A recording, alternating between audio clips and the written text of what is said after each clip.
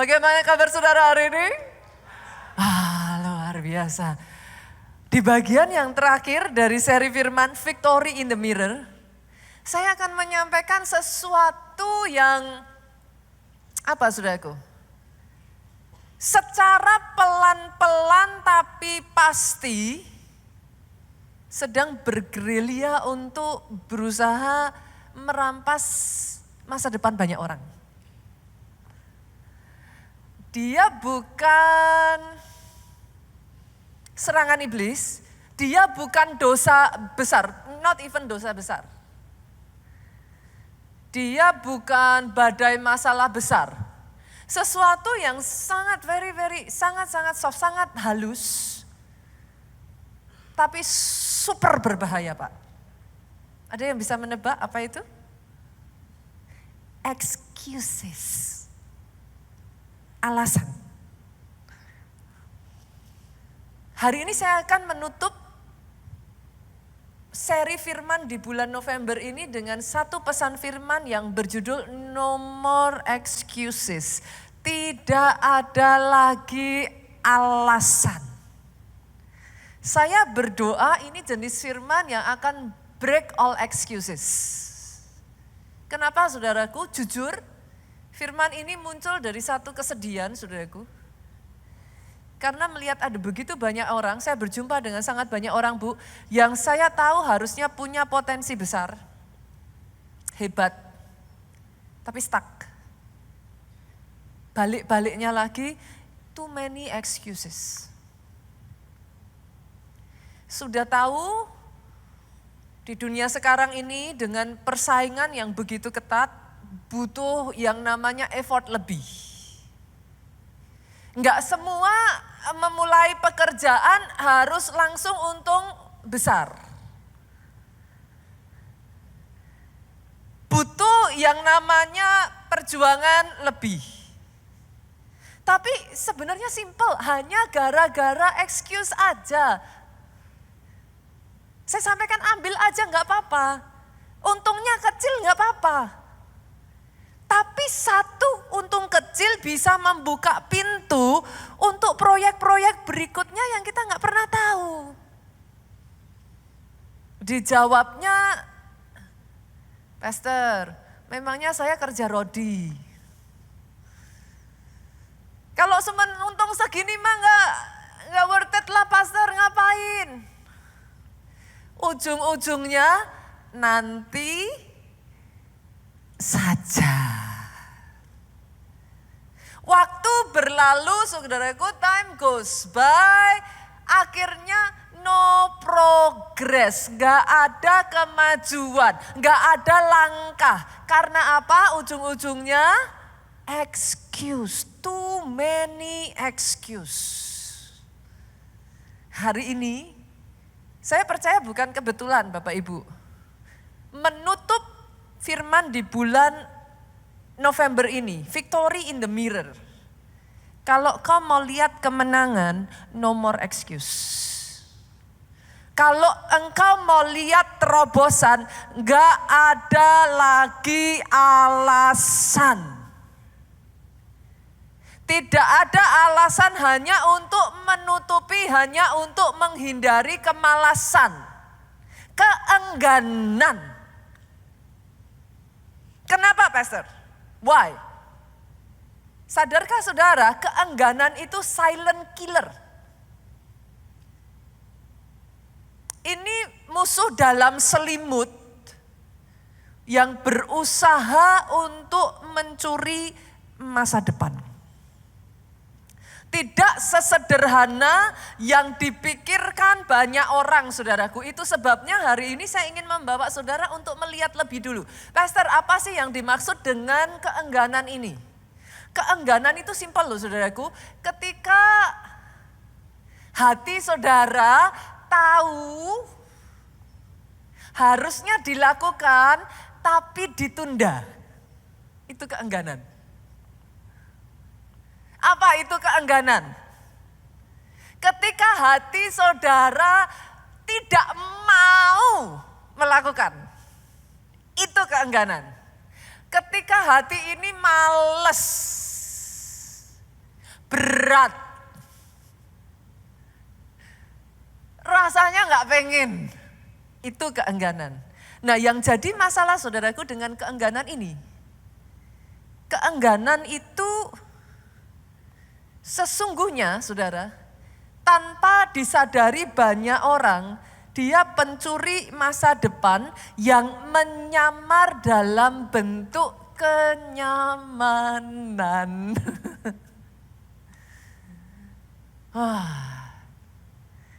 Ini kerugiannya banyak saudaraku. Terlihat sepele, betul. Pastor, bukankah semua orang ada di sini yang gak pernah enggan? Semua saudara. That's true. Tapi tahukah saudara, keengganan ini kayak rayap itu. Saudara pernah lihat rayap? Kecil, kelihatannya biasa. Kalau kau biarkan, enggak kau basmi, satu rumah bisa roboh. Itu keengganan. Pertanyaannya loh saudara, jadi kayak, pastor kenapa ya orang itu kok enggan gitu?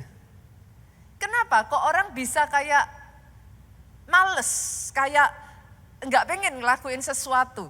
Jawabannya sebenarnya simple saudara. Enggak mau repot Pak. Kalau bisa enak, kenapa? Susah. Enggan. Tapi juga ada orang yang enggan kenapa saudaraku? Takut gagal. Trauma. Ngadepi kegagalan. Akhirnya enggan. Ada juga orang yang enggan karena apa? Just gak bisa lihat aja the vision gitu. Gak bisa lihat ke depannya tuh jadinya kayak apa gitu. Kalau hanya lihat yang di depan mata ya males gitu. Masalahnya dengan keengganan ini saudaraku, dia itu biasanya jadi satu paket kembar dengan alasan gitu. Orang yang enggan punya 1001 alasan. Disuruh olahraga. Ayo olahraga, pastor. Apalagi orang Kristen saudaraku. Alasannya rohani. Pastor, ini udah bulan Desember. Masa pastor nggak tahu? Cuaca sedang tidak bersahabat. Nanti ujung-ujungnya niatnya olahraga, dapetnya sakit. Gak usah aneh-aneh pastor. Tahun depan, resolusi 2026. Saya akan memulai tahun depan. Kelihatannya logis toh? Logik kan saudaraku? Bahayanya keengganan, dia masuk akal. Disuruh pelayanan, ayo udah ini loh ibadah-ibadah terus kenapa gak pelayanan? Pastor, orang kalau pelayanan tapi pekerjaan kacau, keluarga kacau, buat apa? Bukankah pekerjaan dan juga keluarga itu pelayanan kita? Loh, make sense kan? Rohani loh. Loh, setuju dong kalau pelayanan tapi kacau memang gak boleh. Make sense. Yang namanya keengganan dengan alasan satu paket. Tapi kenapa sih pastor udah tahu? Kan maksudnya ya sudahlah dibiarin aja gitu. Ini yang jadi masalah saudara. Keengganan merugikan. Dalam nama Yesus saya berdoa ya, understanding ini tertanam dalam benak saudara. Keengganan merugikan. Aminnya yang paling keras. Keengganan saudaraku menutup pintu berkat Tuhan atas hidupmu. Coba bayangkan saudara, Tuhan mau pakai Musa nih, Tuhan mau angkat Musa jadi pemimpin besar. Tapi buat Musa dia ngerti, untuk dia melakukan perintahnya Tuhan, dia harus berhadapan dengan musuh masa lalunya. Dan dia enggan, saudara. Itu sebabnya Musa ngomongnya apa? Aku orang yang gak pandai bicara. Masuk akal kan? Loh, saudara kalau dikasih alasan gitu masuk akal gak? Masa pemimpin kok gak bisa ngomong? Lah terus gimana jadi pemimpin? Tapi puji Tuhannya loh saudara, Tuhan kita tuh kenal luar dalam loh. Itu kalau Musa terus enggan, dia nolak ya, Tuhan akan bangkitkan orang lain menggantikan posisinya. Musa kehilangan berkat Tuhan dalam hidupnya. Enggan Pak, sesederhana enggan. Menurut saudara, coba ya saudaraku ya, kenapa Yunus kok enggak mau pergi ke Niniwe? Hah? Menurut saudara kenapa? Kenapa kok dia ke Tarsis? Pastor, Niniwe kejauhan, mager. Is it because of it? Kenapa menurut saudara? Kenapa enggak mau ke Niniwe? Justru karena Yunus itu sangat tahu saudara. Banyak orang berpikir ya Yunus males aja gitu. Disuruh nyampein nubuatan dari Tuhan, Yunus males aja. No, it's not because of it. The reason behind it is very deep. Niniwe itu ibu kota dari kekaisaran Asyur di zaman itu, saudara. Asyur, nah ini saudara. Saya kemarin waktu mempersiapkan ini ya saudaraku, Tuhan bukakan ke saya ini ya. Saya tuh jujur mempertimbangkan mau cerita atau enggak cerita gitu. Karena the story is very gruesome gitu. Asyur ini adalah satu bangsa yang ketika dia mau menaklukkan bangsa lain ya saudaraku, dia menaklukkan dengan cara menebar teror. Ini bangsa yang sangat brutal dan sangat sadis. Asyur ini. Ketika Asyur menyerang satu bangsa ya saudaraku, untuk menebar teror, dia itu bisa menguliti orang hidup-hidup dari ujung kepala sampai ujung kaki, dan itu dipajang kulit manusia itu di halaman istana, saudara. Ini Asyur. Asyur itu adalah sebuah bangsa yang ketika dia menyerang, dia enggak pandang bulu. Dia orang-orang boleh jahat, tapi biasanya orang jahat juga punya kode etik. Asyur ini enggak sungkan saudaraku, dia akan tega membakar anak-anak dan wanita hidup-hidup. Itu Asyur. Very gruesome saudara. Ini jenis bangsa yang ketika dia membunuh ya saudaraku, itu orang bisa ditusuk pakai pasak dari bawah sampai ke kepala saudara. Jadi sate hidup. Dibiarkan mati perlahan, dipertontonkan saudara, dijejer. Sekarang saudara tahu kenapa Yunus gak mau ke Niniwe. Dan by the way saudara, Asyur ini musuh besarnya Israel.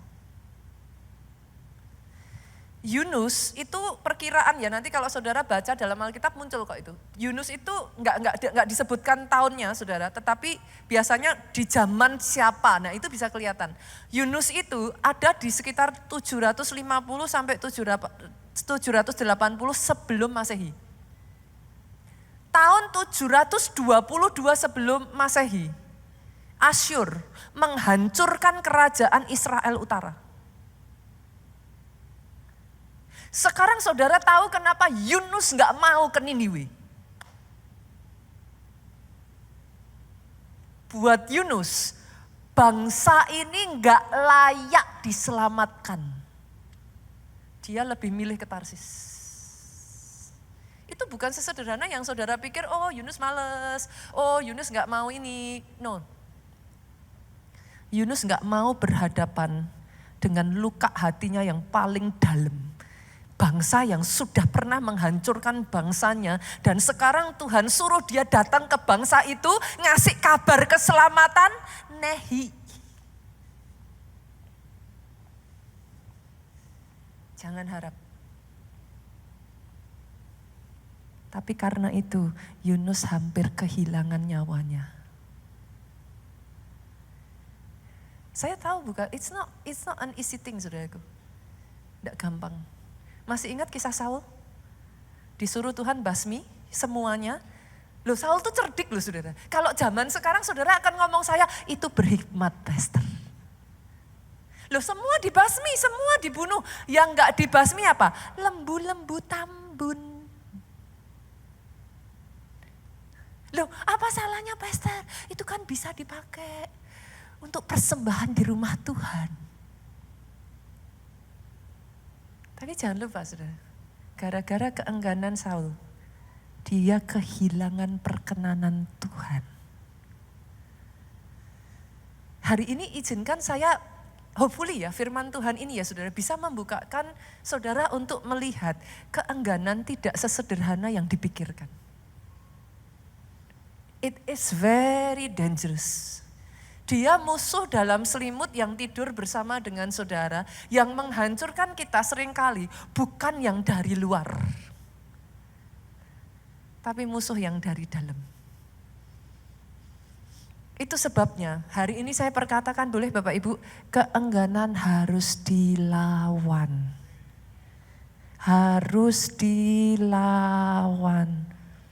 Dan tidak ada musuh yang lebih baik dari pada keengganan ini saudaraku. Lawan katanya itu willingness. Kerelaan. Rela dulu. Mau dulu gitu. Lawan katanya itu readiness, siap. Oke dulu. Karena kadang enggak semua yang Tuhan suruh itu sesuai dengan yang kita pikirkan ya saudaraku. Kita pikir orang lain menyakiti kita. Ya harusnya sudah sewajarnya dibalas biar tahu rasa kan. Iya dong. Tapi disuruhnya Tuhan malah berkatin. Pasti gak mau dong. Tapi ujung-ujungnya ketika kita justru merendahkan hati memberkati, justru yang terjadi pemulihan dan hal yang jauh lebih baik. Nah susah ngomongnya sudah. Itu sebabnya jadi enggan gitu, ngapain? Apa untung saya, Pastor? Saya dapat apa? Tapi caranya Tuhan itu gimana sih saudara ngomongnya ya? Susah ngelawan Tuhan yang tahu omega dari alfa. Susah ngelawan Tuhan yang tahu akhir sejak dari awal. Kitanya manusia terbatas, ngertinya cuma sebatas itu gitu. Tapi Tuhan merencanakan satu demi satu for a reason. Jadi keengganan ini harus dilawan. Otherwise, rencana Tuhan tidak bisa terjadi. Senggol kiri kanan boleh Bapak Ibu, katakan jangan mager. Sekarang tuh saya tuh kemarin tuh dapat istilah baru ya saudara. Saya tuh ketawa. Pastor, kita nih sudah PW katanya. Saya tuh tak pikir, saya tuh kan orang, pendeta ya saudara. Kalau dibilang PW apa yang muncul di benak saudara? Praise and worship kan? Hah, saya sudah PW. Hah, sudah praise and worship? Kan gak masuk. Ternyata zaman sekarang ada istilah baru lagi, comfort zone saudara. Posisi wena. Nah saya sebel. Kok malah posisi wena? Saya sudah nyaman, Pastor. Kadangkala dibutuhkan engkau keluar dari zona nyamanmu.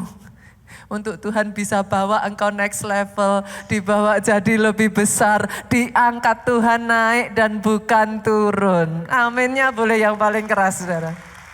Tapi masalahnya untuk saudara ngalahin keengganan kan butuh motivasi, toh? Iya kan, kalau nggak bisa ngelihat motivasinya lah buat apa? Males gitu. Lah blessingnya apa? Kalau orang bisa mengalahkan keengganan.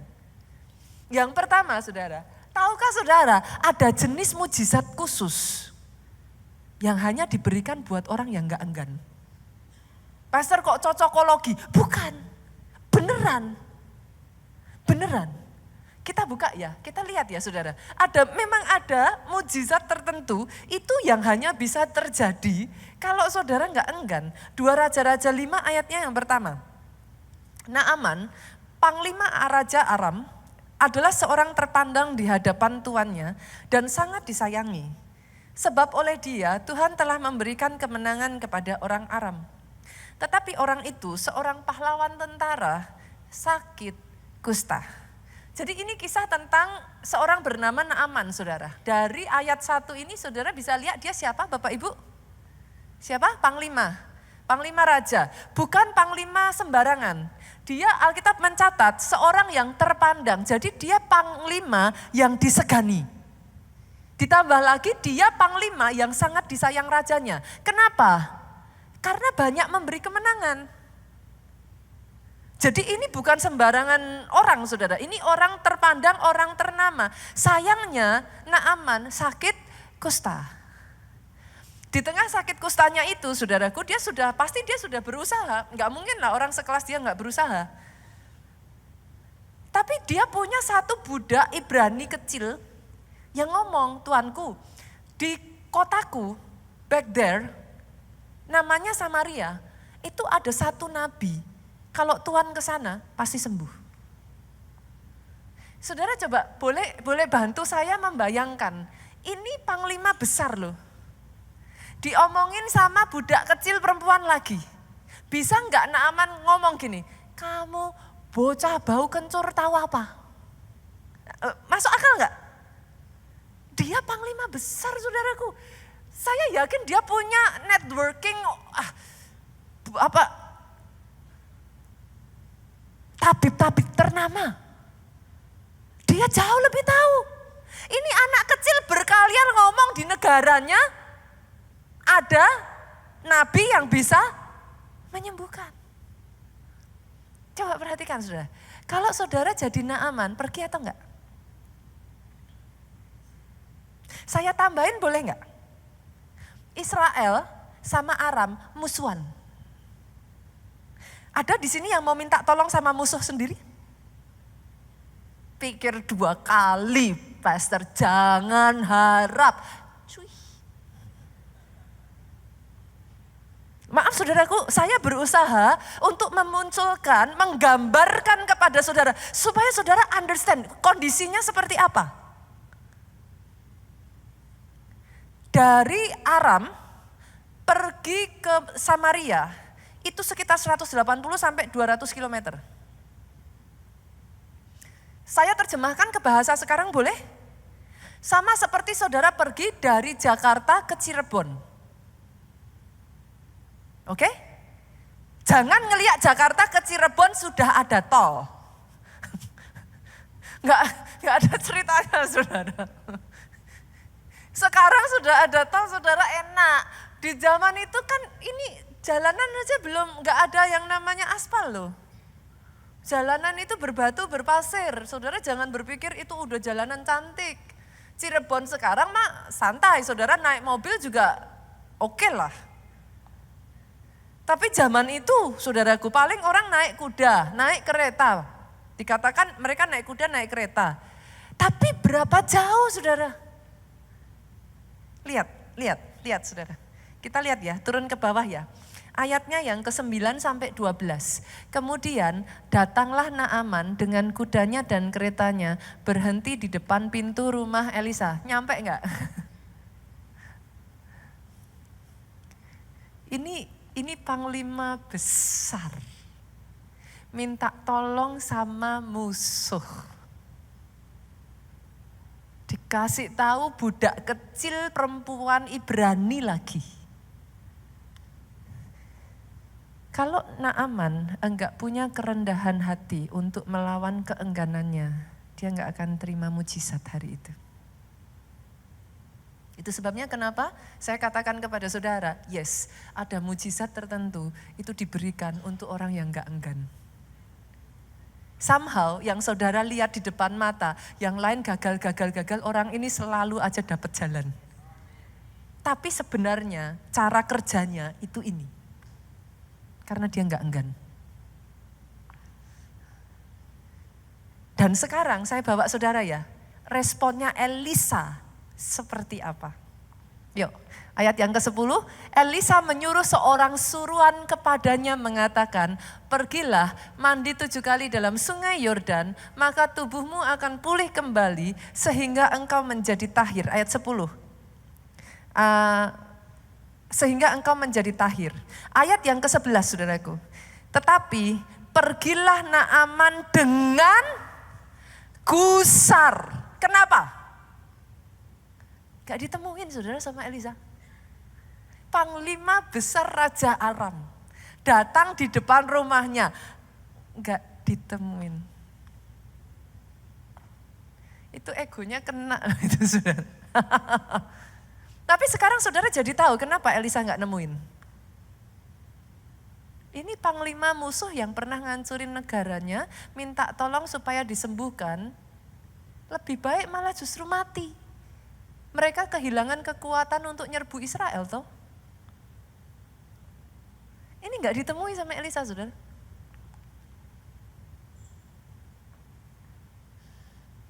Pada saat Gehazi ngambil semua yang dibawa Naaman, dia yang kena kusta. Somehow ya dalam Alkitab itu ada banyak hukum ini ya saudaraku. Simple tuh sebenarnya saudara. Ketaatan mendatangkan berkat itu aja. Simple, ini nih bukan bicara hal-hal besar, tapi kadang tuh Tuhan kita tuh cuman gini loh saudara. Kamu mau taat atau mau gak taat gitu. Gak butuh kemampuanmu, gak butuh kamu hebat, gak butuh apa. Taat atau tidak, tiba-tiba taat. Even bukan sebenarnya gak hebat-hebat gimana. Ada aja cara Tuhan datengin berkat. Kemarin baru saja, seminggu yang lalu saya ketemu salah satu leader dari gereja kita. Kita ngobrol-ngobrol saudaraku, dia tuh ngomong sama saya. Bunita, boleh gak doain saya? Kita ini dapat orderan. Simple sebenarnya orderannya saudaraku. Salah satu jenis makanan. Jadi ada satu restoran besar di Indonesia ini, nasional saudaraku. Itu order satu jenis makanan. Ordernya tuh simple, perkedel. Pastor, perkedel kok minta pastor doain buat apa? Tapi perkedelnya 1 juta saudara. Ordernya 1 juta perkedel. Sekecil-kecilnya 1 juta per kedel, kalau untung 1.000 aja dapat berapa? Se-M loh. Sekecil-kecilnya per kedel. Ya sebenarnya kecil, order kecil cuman per kedel.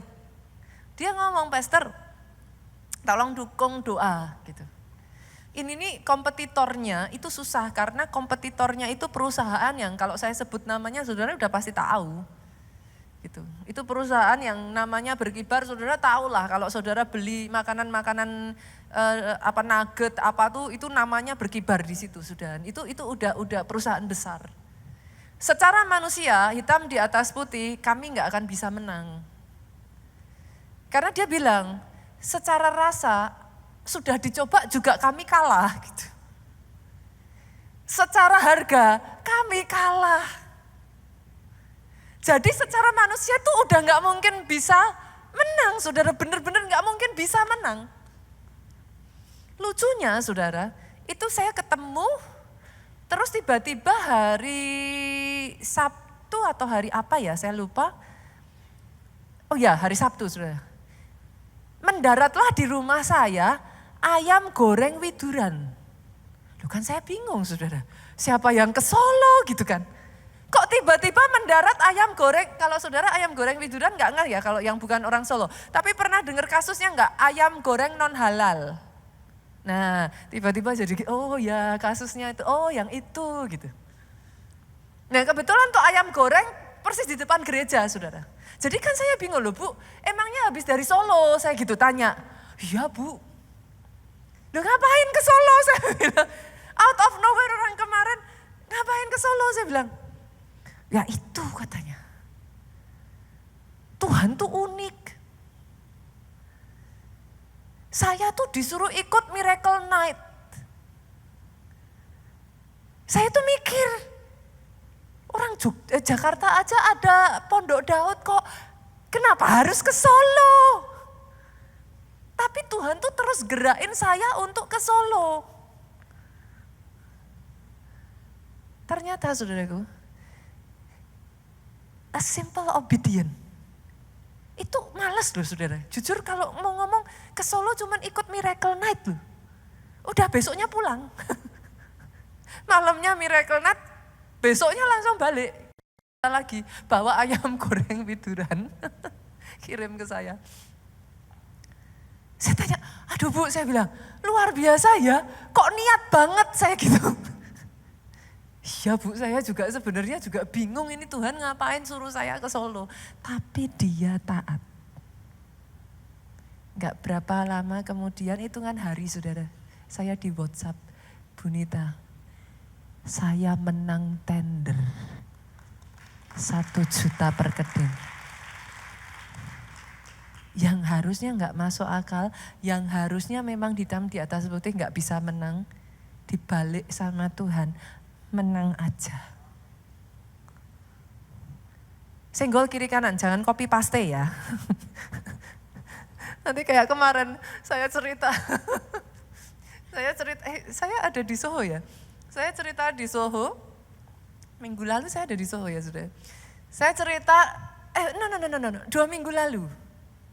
Iya 2 minggu lalu. Saya cerita di sini, saya cerita sama saudara kan.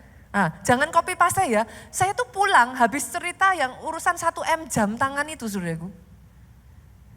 Saya pulang, jemaat itu nyalami tanyanya gini, Pastor, itu hotelnya namanya apa Pastor? Saya bingung.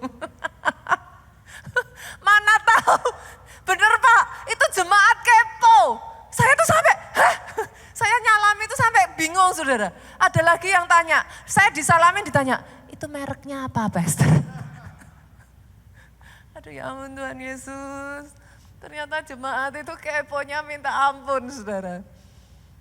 Ini nanti jangan ikut-ikutan ya saudara. Ikut Tuhan jangan copy paste. Perkara saudara mau ikut Miracle Night di Solo silakan.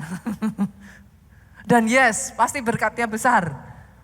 Tapi semuanya itu sesederhana. Orang yang tidak enggan disuruh Tuhan taat, mujizatnya besar. Yang kedua, kita lihat ya, apa nih, apa Pastor? Alasan motivasi kenapa saya enggak ini. Orang yang enggak enggan, itu jadi orang pilihannya Tuhan. Loh bener, saya kasih, yuk ayatnya yuk. Kita lihat yuk, Kejadian 24 ayat 12. Sampai 14, wanita ini dipilih karena dia enggak enggan. Lalu berkatalah ia, Tuhan Allah, Tuanku Abraham, buatlah kiranya tercapai tujuanku pada hari ini. Tunjukkanlah kasih setiamu kepada Tuanku Abraham. Di sini aku berdiri dekat mata air. Anak-anak perempuan penduduk kota ini datang keluar untuk menimba air. Kiranya terjadilah begini, anak gadis kepada siapa aku berkata, tolong miringkan buyungmu itu, supaya aku minum, dan yang menjawab, minumlah, dan unta-untamu juga akan kuberi minum. Dialah kiranya yang kau tentukan bagi hambamu Ishak, maka dengan begitu akan ku ketahui engkau telah menunjukkan kasih setiamu kepada tuanku itu. Ini cerita tentang apa Bapak Ibu? Ada yang tahu? Apa? Yes, Ribka. Ini adalah doanya Eliezer. Siapa Eliezer? Orang kepercayaannya Abraham. Eliezer dikasih tugas sama tuannya, which is Abraham, nyari jodoh buat anaknya. Disuruhlah sama Abraham, dia balik ke kampung halamannya Abraham, karena Abraham gak mau anaknya dapat jodoh orang Kanaan. Eliezer gak kenal siapa-siapa di sana. Gak kenal wilayah itu. Disuruh cari jodoh. Inilah doa Eliezer yang kebingungan, saudara. Ini, aduh saya tuh ya, zaman itu tuh gimana sih saudaraku, gak ada dating app kan. Lah orang mau gimana mau cari jodoh? Disuruh ke kampungnya. Eliezer tuh bingung saudara. Akhirnya dia ngomong sama Tuhan, oke Tuhan gini caranya. Nanti wanita, gadis yang kalau aku minta minum, dia nawarin minuman ke aku, bahkan bukan hanya ke aku, tapi nawarin minuman ke unta-untaku. Dialah orangnya. Ini saudara jangan tiru juga loh ya. Sukanya orang Kristen tuh copy paste terus. Nanti kalau apa itu biasanya bunga jodohku bukan, ya jodohku, bukan jodohku, jodohku, bukan jodohku. Jangan ditiru Bapak Ibu, semuanya minta petunjuk Tuhan. Tapi ini ada alasannya saudara, kenapa? Hebatnya, nanti kalau saudara baca ayat selanjutnya, ayat 17 turun ke bawah, Ribka datang. Eliezer ngomong, boleh enggak aku minta dapatkan beri aku air minum sedikit dari buyungmu itu. Lihat ini saudara, makanya kenapa saya bilang ada mujizat, ada berkat, ada pilihan Tuhan atas orang-orang yang enggak enggan. Loh, Pastor, kenapa Pastor bilang enggak enggan? Apa susahnya kasih minum orang? Loh, ngasih minum orang enggak susah. Tapi ini kan disuruh ngasih minum Eliezer dan untanya. Untanya 10. Loh, Pastor, apa urusan untanya 10? Satu unta, nah let's do the calculation saudara. Kalau haus, sekali minum 100 sampai 150 liter. Ayo kita hitung sekarang. 10 unta. Hah? Saya taruh yang bawahnya aja Pak, 1000 aja liter. Itu Ribka nimbanya gimana? Nah sekarang saudara tahu kenapa it becomes very important. Dari yang dilakukan Eliezer ini ada banyak karakter yang dimiliki Ribka. Yang Eliezer bisa lihat. Karakter apa aja saudara? Menurut saudara kalau orang yang gak pernah kerja suruh nimbah 1000 liter bisa gak? Itu langsung ototnya keluar saudara. Besoknya pijet. 1000 liter loh, gak main-main. Saudara jujur, bawa galon aqua itu 5 liter. 1000 liter, berapa galon? 200 Pak.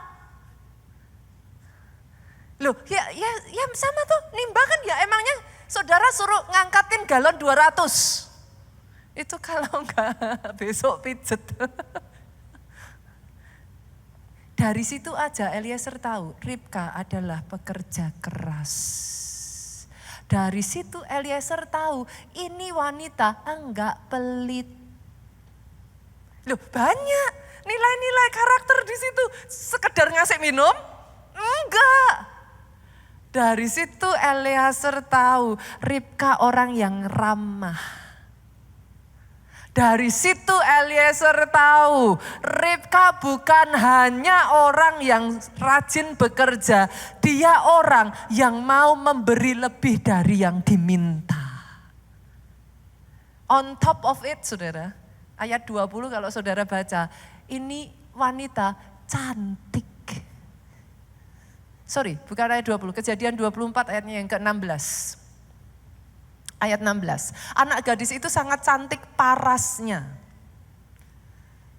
Sampai masih ingat kisah minggu lalu? Ishak mengaku dia adiknya karena takut dibunuh. Kalau mengaku dia istrinya. Ini yang cowok-cowok yang lagi cari pasangan. Boleh dicoba saudara. Jangan cuma cari yang cantik. Nah loh. Jangan cuma cari yang ini saudara. Apa kata orang bibit, bebet, bobot. Dia punya karakter yang baik saudara Ribka ini. Itu sebabnya saya katakan orang yang gak enggan itu jadi orang pilihan. Satu kali di sebuah hotel terkenal di Jepang, saudaraku, hotel bintang 5. Ada seorang housekeeper. Seorang housekeeper yang sebenarnya dia bukan yang paling cantik, dia bukan yang paling hebat, dia bukan yang paling cepat, enggak, dia bukan yang paling pinter juga. Tapi setiap kali supervisornya memberikan perintah ataupun tugas, dia orang nomor 1 yang selalu siap. Dia orang pertama yang mengerjakan tugas dan pulang paling akhir. Ketika yang lain menghindar, housekeeper yang satu ini selalu siap sedia untuk membantu. Satu kali, saudara, manajernya mencari supervisor baru. Karena supervisor yang lama akan diangkat ke jabatan yang lain. Menurut saudara, siapa yang akan dimajukan paling awal? Orang yang calik perhatian, orang yang sok hebat, orang yang hanya duduk di belakang meja terus. Siapa orang yang dimajukan paling awal? Housekeeper ini, saudaraku, yang bukan siapa-siapa, dia hanya orang biasa saja. Ini kesaksian terjadi di Indonesia loh, saudaraku. Bukan kesaksian ini maksud saya. Saya pernah mendengarkan ada seorang OB diangkat Tuhan besar di Indonesia ini. Ini kisahnya viral, saudara. Saya nggak usah sebutkan ininya. Ketika dia diwawancarai, dia ditanya, apa yang bisa dilakukan seorang OB? Dia bilang, memangnya ada orang yang menolak pertolongan. Memangnya ada orang yang menolak ketika diantarkan. Ada orang yang menolak ketika sampahnya dibuang. Ada orang yang menolak ketika bantuan diberikan. Ada seorang yang melihat dia. Apa yang dia lakukan, dari situ diangkat, saudaraku, orang ini. Itu ada kisahnya. Ada kisahnya, saudaraku. Housekeeper ini yang tadinya bukan siapa-siapa, akhirnya, saudaraku, menjadi manajer, bukan lagi supervisor, manajer termuda dalam sejarah hotel bintang 5 ini.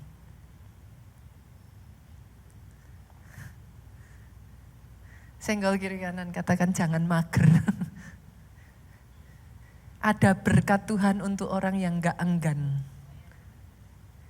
Kadang, saudaraku, yang menghalangi saudara dengan mujizatmu, setipis ketaatan pada hal kecil. Bukan hal besar kok, enggak hal besar. Tapi ketaatan dalam hal kecil. Ngeri ya. Tuhan gak butuh orang yang hebat, Tuhan gak butuh orang yang mampu, Tuhan gak butuh orang yang pinter, Tuhan gak butuh. Dia punya semuanya kok, dia butuh orang yang taat. Banyak orang Kristen membuat terlalu susah untuk dipakai Tuhan. Karena terlalu susah disuruh taat. Ayo saat teduh ngantuk. Ayo bantuin ini males. Ayo pelayanan gak punya waktu. Sadarkah saudara, di setiap komen yang Tuhan berikan, perhatikan perkataan saya ini. Tuhanmu bukan Tuhan yang nganggur. Dia Tuhan yang ngurusi 7-8 miliar manusia di muka bumi ini. Kalau dia ngasih satu perintah, gak pernah kebetulan. Hopefully kalau saudara menangkap ini ya. Satu perintah dari Tuhan, engkau berebut cepet-cepet taat. Kadangkala itu cuman kebaikan kecil. Kadangkala cuman disuruh ngelakuin hal yang bahkan tidak masuk akal. Saya udah pernah kapok gara-gara ini, saudaraku. Saya belajar. Gara-gara saya tidak taat hal yang kelihatannya kecil ya. Saya kehilangan sangat besar. Itu sebabnya hanya urusan minyak goreng disuruh Tuhan beli. Saya belajar taat karena itu. Bukan minyak gorengnya. Ketaatannya dibalik si minyak goreng. Make sense nggak Bapak Ibu? Saya berdoa ya di tempat ini ya ditemukan Tuhan ada orang-orang yang gak enggan, yang gak males, orang-orang yang rajin, orang-orang yang mau, orang-orang yang siap. Karena lebih dari saudara, dia menunggu untuk mengangkat engkau naik. Yang ketiga, yang terakhir boleh? Orang yang gak enggan, siap-siap aja saudaraku, engkau akan mengalami perubahan nasib. Yuk kita buka ayatnya yuk. 1 Samuel, pasalnya yang ke-17 ayat 17. Isai berkata kepada Daud anaknya, ambillah untuk kakak-kakakmu bertih gandum, seeva dan roti yang 10 ini. Bawalah cepat-cepat ke perkemahan kepada kakak-kakakmu. Ini ayat simple. Kalau saudara nggak ngerti backgroundnya, maka menurut saudara itu hal sederhana. Tapi bagaimana kalau saya kasih background gini, pernah nggak saudara ketika kecil pulang dari sekolah disuruh orang tua ngambilin sesuatu, jawaban saudara apa?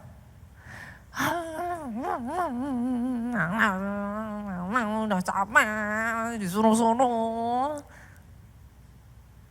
Daud itu habis menggembalakan kambing dombanya. Dia pulang, berpikir akan istirahat. Ini disuruh sama papanya. Mending saudaraku kalau kakak-kakaknya itu baik. Nggak apa-apa lah, kalau kakaknya baik ya wajar-wajar aja. Pak, ini jenis kakak yang ketika Daud datang bawain roti, gandum apa segala macam ini, roti ini. Kakaknya jawabannya gini, ngapain kamu kesini? Aku tahu niat jahatmu. Kakaknya tuh jenisnya kayak gitu. Kalau saudara jadi Daud, pergi nggak?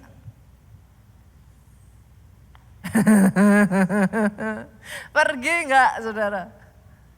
Tapi kalau Daud nggak pergi saudara, disitulah dia ketemu dengan Goliat.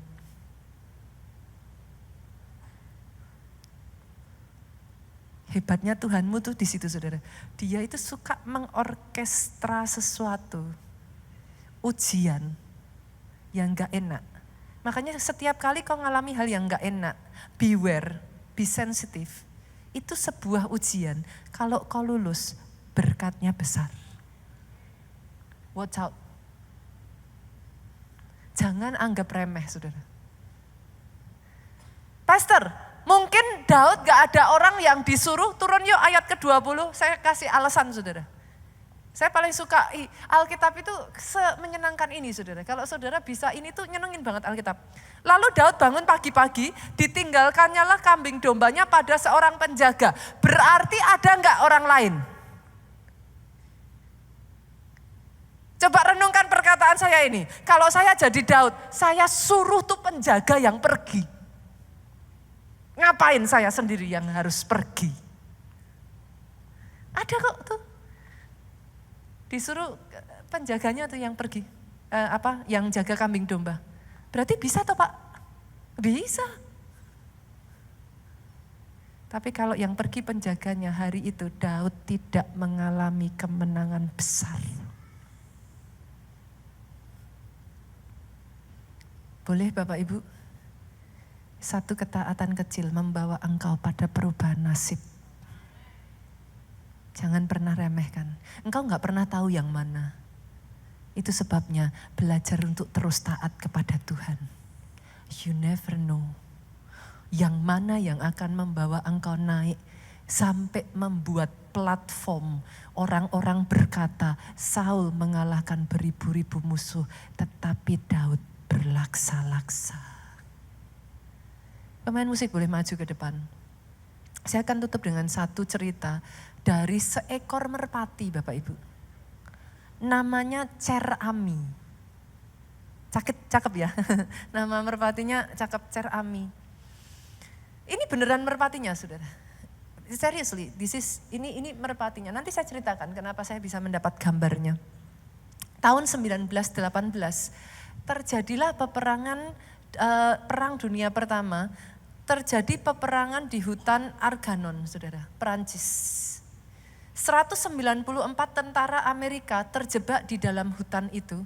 Mereka tidak bisa menyelamatkan diri karena di depannya dikepung oleh pasukan Jerman, sedang di belakangnya karena tidak mengetahui koordinat teman-temannya, mereka ditembaki oleh kawannya sendiri sekutu dari Amerika. Mereka tidak bisa berteriak di zaman itu, saudaraku, mereka tidak bisa mengirimkan titik koordinat, mereka tidak bisa mengatakan apapun, mereka terjebak basically di hutan Arganon ini, saudara. Satu-satunya pengharapan mereka adalah merpati Cer-Ami ini. Yang jadi masalah, saudaraku, pada saat Cer-Ami diterbangkan, dia terkena tembakan. Itu membuat merpati ini, saya tuh kalau baca ceritanya itu nggak tahu kenapa ya saudara, kok di hati itu rasanya jadi ini gitu. Cer-Ami tertembak di bagian dadanya yang menyebabkan itu luka ternganga di dadanya, saudara. Kakinya putus satu. Matanya buta satu, saudara. Sayapnya terluka parah. Dengan semua keadaan itu, Cer-Ami terbang membawa satu pesanan yang berisi titik posisi lokasi dari 194 tentara ini. Dan tulisan singkat yang berkata, jangan tembak kami, kirimkan pertolongan. Merpati ini terbang, saudaraku, setelah berhasil sampai di lokasi dan diambil kertasnya, tidak lama kemudian merpati ini mati.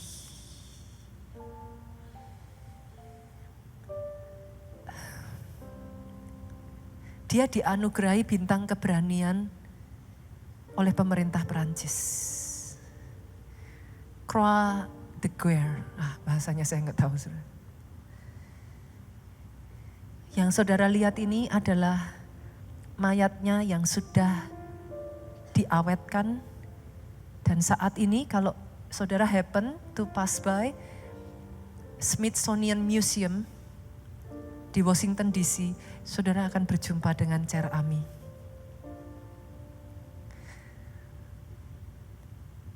Hal kecil yang dia lakukan menyelamatkan nyawa lebih dari 180 tentara.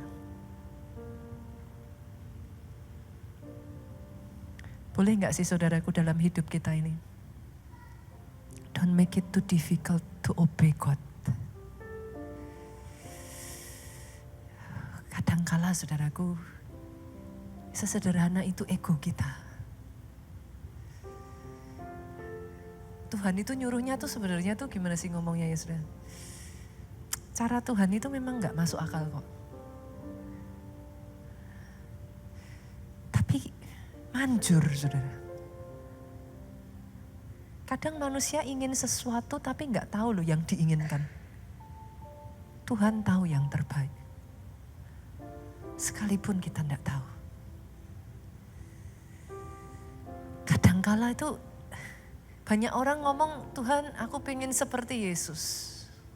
Lagu ini boleh gak dinyanyikan dari pertama awal, boleh ya? Kadang tuh kita tuh ngomongnya gini saudara, aku pengen seperti Yesus. Are you sure? Karena jadi seperti Yesus ya saudaraku, jalannya tuh bukan jalan berkat, jalannya jalan salib. Banyak orang berpikirnya itu Pak. Tapi kalau mau jadi seperti Yesus matikan daging itu Pak. Tidak banyak tuh yang mau ikut jalan itu Bapak Ibu. Tapi boleh gak sih hari ini saya mengajak Bapak Ibu semua, kita sama-sama yuk katakan. Bagaikan bencana siap dibentuk, demikian hidupku di tanganmu. Urapan kuasa Rohmu, ku dibaharui selalu. Butuh di renew saudara, kalau enggak kita enggak akan kuat. Dikanku Allah dalam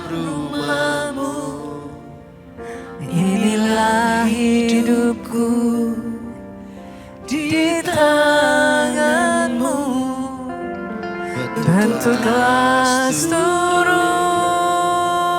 kehendak-Mu.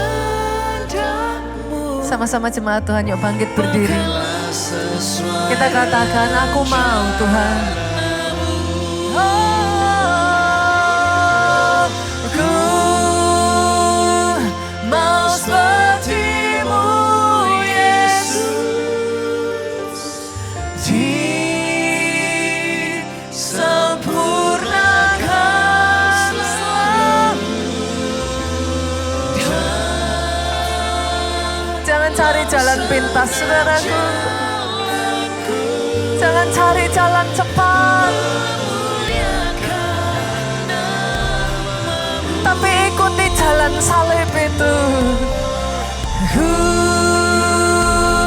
Mau seperti-Mu Yesus.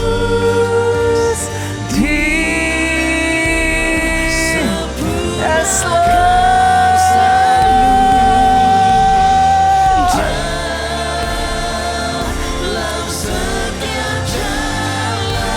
I am willing, oh God.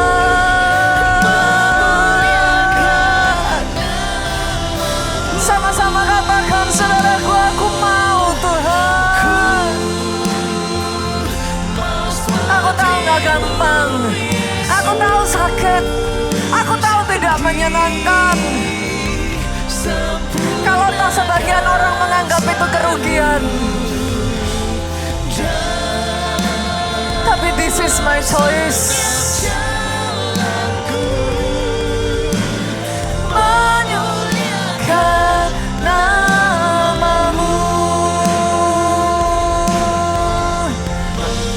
memuliakan nama-Mu, memuliakan nama-Mu.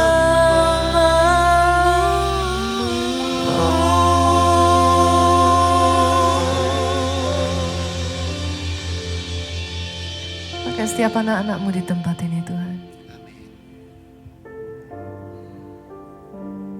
Victory in the mirror.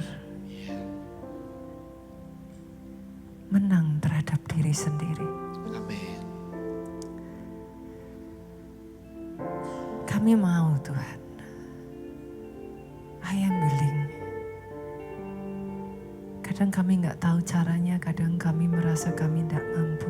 Tapi kami willing. Do as you like, oh God. Bawa kami sampai rencana-Mu yang sempurna itu yang jadi. Kami tidak mau lari, kami tidak mau pakai cara kami sendiri.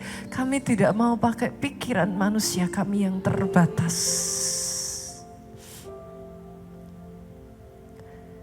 Tapi sama seperti merpati Jerami.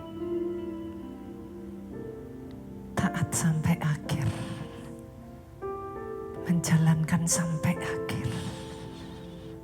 Bahkan ketika jalan yang ditempuh bukan jalan yang menyenangkan, tetap taat sampai akhir. Bapak firman-Mu berhenti disampaikan, tapi Roh Kudus Engkau yang terus bekerja, mengerjakan hati pribadi lepas pribadi di tempat ini.